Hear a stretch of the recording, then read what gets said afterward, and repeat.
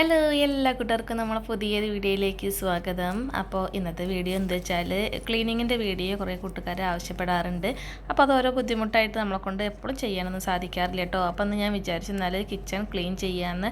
കിച്ചണിൽ ഒരു ഡീപ്പായിട്ടൊരു ക്ലീനിങ് ആണ് കേട്ടോ. കാരണം എന്താ വെച്ചാൽ വിഷയൊക്കെ ആവാനായിട്ടുണ്ട്. അപ്പോൾ നമ്മൾ സാധാരണ ചെയ്യുന്നതാണ് കേട്ടോ. എന്തെങ്കിലും വിശേഷം അടർത്തികളൊക്കെ ഉണ്ടെന്നുണ്ടെങ്കിൽ നമ്മൾ ക്ലീൻ ആക്കാൻ തുടങ്ങും. അപ്പോൾ അതിൻ്റെ ഭാഗമായിട്ട് ഓരോ ദിവസം ഓരോ പാട്ട് ചെയ്യാമെന്നാണ് വിചാരിക്കുന്നത്.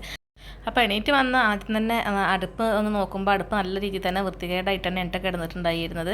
അപ്പോൾ തല ദിവസം ചൂടോടെ ഞാൻ ക്ലീൻ ചെയ്യില്ല. അടുപ്പൊക്കെ ഞാൻ എപ്പോഴും രാവിലെ എണീറ്റ് വന്നിട്ടാണ് ചെയ്യാറുള്ളത്. അപ്പോൾ വെണ്ണീറൊക്കെ വാരിയതിന് ശേഷം പിന്നെ ഒക്കെ ഒന്ന് ക്ലീൻ ചെയ്യാൻ എടുക്കുകയാണ്. അപ്പോൾ ഞാൻ ഇത്തിരി വെണ്ണൂർ എടുത്തിട്ടുണ്ട്. അതിന് ശേഷം അതിൽ കുറച്ച് വിമ്മ കൂടെ ഇട്ടിട്ട് അതിൻ്റെ ലിക്വിഡായിരുന്നു കേട്ടോ. അതും കൂടി ഇട്ടതിന് ശേഷം ഒരു സ്റ്റീലിൻ്റെ സ്ക്രബ്ബർ വെച്ചിട്ട് നന്നായിട്ട് ഉരച്ച് കൊടുക്കുകയാണ്. മുമ്പത്തെ ഒരു വീഡിയോയിലൊക്കെ ചോദിച്ചിട്ടുണ്ടായിരുന്നു കേട്ടോ, ചേച്ചി എങ്ങനെയാണ് അടുപ്പ് ക്ലീൻ ചെയ്യൽ എന്നുള്ളത്, വിറകടുപ്പ് എങ്ങനെ ക്ലീൻ ചെയ്യലുള്ളതെന്ന്. അപ്പോൾ ഞാൻ ഇതുപോലെയാണ് ചെയ്യാറ്. പിന്നെ സ്റ്റീലിൻ്റെ സ്ക്രബ്ബർ കൊണ്ട് ഉരച്ച് കഴിഞ്ഞാൽ വര പിടിയിൽ എന്നൊക്കെയുള്ള സംശയമൊക്കെ ഉണ്ടാവട്ടെ കൂട്ടുകാർക്ക്. എൻ്റെ അടുപ്പ് ഞാൻ ഉപയോഗിക്കാൻ തുടങ്ങിയിട്ട് 10 വർഷമായി. ഇതുവരെ അങ്ങനത്തെ പ്രശ്നങ്ങളൊന്നും ഉണ്ടായിട്ടില്ല. അപ്പോൾ നല്ല നീറ്റിൽ തന്നെയാണ് കേട്ടോ അടുപ്പ് എപ്പോഴും ഉള്ളത്. അപ്പോൾ നമ്മൾ കുക്കിങ്ങും കാര്യങ്ങളൊക്കെ ചെയ്ത് കഴിഞ്ഞതിന് ശേഷമാണ് കേട്ടോ പിന്നെ ഞാൻ ഈ കിച്ചണ് ക്ലീൻ ചെയ്യാൻ വേണ്ടിയിട്ട് നിൽക്കുന്നത്. അല്ലാന്നുണ്ടെങ്കിൽ അവിടെ ഒരു തടസ്സമായിരിക്കുമല്ലോ. അപ്പോൾ പിന്നെ തീയൊക്കെ പിടിപ്പിച്ച് അടുപ്പിലുള്ള പണികളൊക്കെ ഒന്ന് കഴിയട്ടെ എന്ന് വിചാരിച്ചിട്ടായി. അപ്പോൾ കുക്കിംഗ് കഴിഞ്ഞ പാടെ പിന്നെ അത്യാവശ്യത്തിനുള്ള പാത്രങ്ങളൊക്കെ ഞാനൊന്നാണ്ട് കഴുകി വെച്ചിട്ടുണ്ട്. പിന്നെ അവിടുത്തെ ഭക്ഷണങ്ങളൊക്കെ അവിടെ നിന്ന് മാറ്റി വെച്ചിട്ടുണ്ട് കേട്ടോ. അതിന് ശേഷം പിന്നെ നമ്മളെ ക്ലീനിങ് അങ്ങോട്ട് തുടങ്ങാം. ക്ലീനിങ് തുടങ്ങുന്നതിന് മുമ്പ് തന്നെ ആദ്യം നമ്മൾ തലേദിവസത്തെ ഭക്ഷണ വേസ്റ്റൊക്കെ ഉണ്ടെന്നുണ്ടെങ്കിലൊക്കെ ഒഴിവാക്കുക. അതുപോലെ ഞാൻ അതൊക്കെ ഒഴിവാക്കിയിട്ടുണ്ടായിരുന്നു കേട്ടോ. പിന്നെ കുറച്ച് പ്ലാസ്റ്റിക് ഐറ്റംസൊക്കെ ഉണ്ടായിരുന്നു കേട്ടോ അടുക്കളയിൽ. വേസ്റ്റ് ബിൻ ഉണ്ടായിരുന്നു. അതിലുള്ള സംഭവങ്ങളൊക്കെ മാറ്റാൻ വേണ്ടിയിട്ടാണ് കൊണ്ടുവച്ചതാണ്. പിന്നെ മാറാല തട്ടാതെ എന്ത് ക്ലീനിങ് അല്ലേ. അപ്പോൾ മുകളിലേക്ക് നോക്കുമ്പോൾ കുറച്ച് മാറാലൊക്കെ ഉണ്ടായിരുന്നു കേട്ടോ. അപ്പോൾ അതൊക്കെ ഒന്ന് അങ്ങോട്ട് തട്ടി മാറ്റുകയാണ്. പിന്നെ നമ്മളെ രണ്ട് മൂന്ന് ഭാഗത്തായിട്ട് ഗ്രില്ലുണ്ടായിരുന്നു കേട്ടോ. അപ്പോൾ ഗ്രില്ലിൻ്റെ ഉള്ളിലൊക്കെ മാറാലായി കഴിഞ്ഞാൽ തട്ടാൻ ഭയങ്കര ബുദ്ധിമുട്ടാണ്. അപ്പോൾ അതൊക്കെ നല്ലോണം ഒതുക്കി കൊടുക്കുകയാണ്. പിന്നെ ചെയ്യേണ്ടത് ചുമരൊക്കെ ഒന്ന് ക്ലീൻ ചെയ്യാൻ കേട്ടോ. അതിന് വേണ്ടിയിട്ട് ഞാൻ വെള്ളം എടുത്തിട്ടുണ്ട്. എനിക്ക് കുറച്ച് സോപ്പ് പൊടി കൂടി ഇട്ട് കൊടുത്തിട്ട് ഒരു പഴയൊരു തോർത്ത് വെച്ചിട്ട് നമ്മൾ തുടച്ചെടുക്കാനായിട്ട് ചെയ്യുന്നത്. ഇങ്ങനെ തുടച്ച് കഴിഞ്ഞാൽ നമ്മളെ ചുമരിലെ അഴുക്കൊക്കെ നന്നായിട്ട് തന്നെ നീങ്ങി കിട്ടും കേട്ടോ. നമ്മൾ ചുമര് കണ്ട് കഴിഞ്ഞാൽ ചളി ഇല്ല എന്നൊക്കെ തോന്നും. പക്ഷേ തോർത്തോണ്ട് എടുത്ത് തുടച്ച് കഴിഞ്ഞാണ്ട് അയക്കി തുണിമിക്ക് അങ്ങോട്ട് നോക്കുമ്പോൾ നല്ല രീതിയിൽ തന്നെ അഴുക്കൊക്കെ ഉണ്ടായിട്ടുണ്ടായിരുന്നു കേട്ടോ.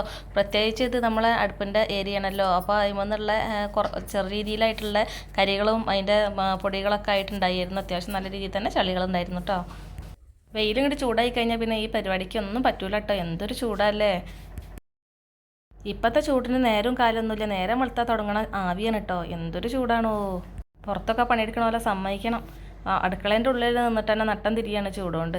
അപ്പോൾ എന്തായാലും നമ്മുടെ ചുമര് തുടക്കലൊക്കെ ഇവിടെ പുരോഗമിക്കുകയാണ് കേട്ടോ. പിന്നെ നമ്മളെ കിച്ചണിൻ്റെ ഒരു ഭാഗത്തായിട്ട് തന്നെ വാഷിംഗ് മെഷീൻ വെച്ചിട്ടുണ്ട് കേട്ടോ. അപ്പോൾ ആ ഒരു മൂലയിൽ കുറേ പാത്രങ്ങളും ഗ്യാസും കുറ്റിയും സോപ്പ് പൊടിയും പിന്നെ വേറെ ടിന്നുകളും പച്ചക്കറി കൊട്ടയും ഒക്കെ ഉണ്ടായിരുന്നു കേട്ടോ. അതൊരു മറവിൽ അവിടെ അങ്ങനെ ഇരിക്കുകയാണ്. പക്ഷേ എനിക്ക് തോന്നി അത് അവിടെ നിന്ന് മാറ്റണം എന്ന് തോന്നി. അപ്പോൾ ഞാൻ എന്ത് ചെയ്ത് ആ കൗണ്ടർ ടോപ്പിൻ്റെ ഉള്ളിലേക്ക് അതൊക്കെ മാറ്റി വെച്ചിട്ടുണ്ട്. പാത്രങ്ങളെല്ലാം ഉള്ളിൽ പെറുക്കിയിട്ട് ഒരു വലിയൊരു ബക്കറ്റ് ഉണ്ടായിരുന്നു കേട്ടോ. അതിക്കും കൂടിയാണ് ഇട്ട് കൊടുത്തിട്ടുണ്ട്. എന്നാൽ പിന്നെ എല്ലാം അതിൽ തന്നെ ഒതുങ്ങുമല്ലോ. ഓരോന്നോരോന്നായിട്ട് ഇങ്ങനെ വൃത്തികേടായി കിടക്കില്ലല്ലോ എന്ന് വിചാരിച്ചിട്ടാണ് കേട്ടോ അങ്ങനെ ചെയ്തത്. പിന്നെ നല്ലോണം ഒന്ന് തട്ടിക്കൊട്ടിയാണ്ട് അടിച്ചു വാരുകയാണ്. ആ മൂലയ്ക്ക് അല്ലാതെ ശ്രദ്ധിക്കലില്ല കേട്ടോ. പിന്നെ എനിക്ക് ഗ്യാസും കുറ്റി സംഭവങ്ങളും അവിടെ വെക്കുന്ന കേട്ടോ ഇഷ്ടം. പറയാൻ പറ്റില്ല, ചിലപ്പോൾ അവിടെ നിന്ന് മാറ്റുകയൊക്കെ ചെയ്യും. ഇന്നത്തെ രീതിയിൽ ഞാൻ ഇന്നത്തെ ഒരു മൂഡ് അങ്ങനെയായിരുന്നു. അതൊക്കെ അവിടെ നിന്ന് മാറ്റണമെന്ന് ഒന്നും പറയാൻ പറ്റില്ല. തിരിച്ചങ്ങോട്ട് തന്നെ വെക്കാനും സാധ്യത ഉണ്ട്. പിന്നെ നമ്മൾ ഗ്രില്ലുമ്മലൊക്കെ നല്ല രീതിയിൽ തന്നെ പൊടി ഉണ്ടായിരുന്നു കേട്ടോ. ഇത് ക്ലീൻ ചെയ്യാൻ ഭയങ്കര ബുദ്ധിമുട്ടാണ് മക്കളെ. ഇത് ഒരു ഉരുണ്ട രീതിയിലുള്ള പൈപ്പാണ്. ഓരോ കള്ളിയായിട്ട് ഇങ്ങനെ വൃത്തിയാക്കണ്ടേ. അപ്പോൾ ഒന്നിച്ചാണ് തുടച്ചത് പോയിട്ടുണ്ട്.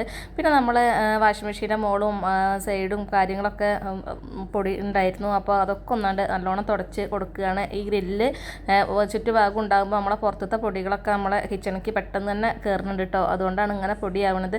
അപ്പോൾ അതൊക്കെ നല്ല രീതിയിൽ തന്നെ തുടച്ചിട്ട് വൃത്തിയാക്കിയിട്ടാണ് നീക്കി കൊടുക്കുകയാണ്. പിന്നെ അത് നല്ലോണം കൂടി നല്ലോണം അങ്ങോട്ട് അടിച്ചു വാരിയിട്ടുണ്ടായിരുന്നു. പിന്നെ തുടച്ചും കൂടി കൊടുക്കുകയാണ് കേട്ടോ. പിന്നെ നമ്മളെ കിച്ചണിൽ ഉപയോഗിക്കുന്ന ടിന്നുകളൊക്കെ ഉണ്ടായിരുന്നു. അതൊക്കെ നല്ല നീറ്റിൽ തന്നെയാണ് ഇരിക്കുന്നത്. അതിലൊന്നും നമുക്കിന്നൊരു പ്രത്യേകിച്ച് പണിയൊന്നും ഇല്ല. നല്ല വൃത്തി തന്നെയാണ് കേട്ടോ ഇരുന്നിരുന്നത്. അപ്പോൾ പിന്നെ വെറുതെ എന്തിനാ ഒരു പണി എടുക്കുന്ന രീതിയിൽ ഞാൻ അത് അതേപടിയുടെ വെച്ചിട്ടുണ്ട്. പിന്നെ നമ്മൾ തുടക്കലൊക്കെ കഴിഞ്ഞാൽ നമ്മൾ അടുക്കളയിൽ ഉണ്ടാവുമല്ലോ കൈക്കില തുണി അല്ലെങ്കിൽ കൗണ്ടർ ടോപ്പൊക്കെ തുടയ്ക്കുന്ന തുണികളൊക്കെ ഉണ്ടാവുമല്ലോ. അതൊക്കെ പുറത്തേക്ക് ഇട്ടിട്ടുണ്ട്. അതൊക്കെ നമുക്ക് അലക്കാനുള്ളതാണ്. നമ്മളൊരു പണി എടുക്കുമ്പോൾ അത് പൂർത്തീകരിക്കണം വെച്ചെങ്കിൽ നമ്മൾ ഉപയോഗിക്കുന്ന സംഭവങ്ങളും അതുപോലെ നീറ്റാക്കിയിട്ട് തന്നെ കൊണ്ടുവയ്ക്കുമ്പോഴാണല്ലോ അതിലൊരു പൂർണ്ണത കിട്ടുള്ളൂ.